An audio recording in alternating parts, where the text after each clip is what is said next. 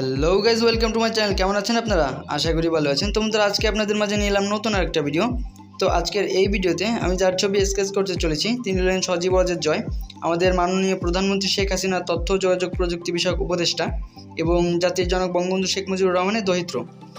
আর সজীব ওয়াজেদ জয় স্যারের সম্পর্কে আমরা সবাই মোটামুটি কম বেশি জানি। তো চলুন বন্ধুরা, ভিডিওটি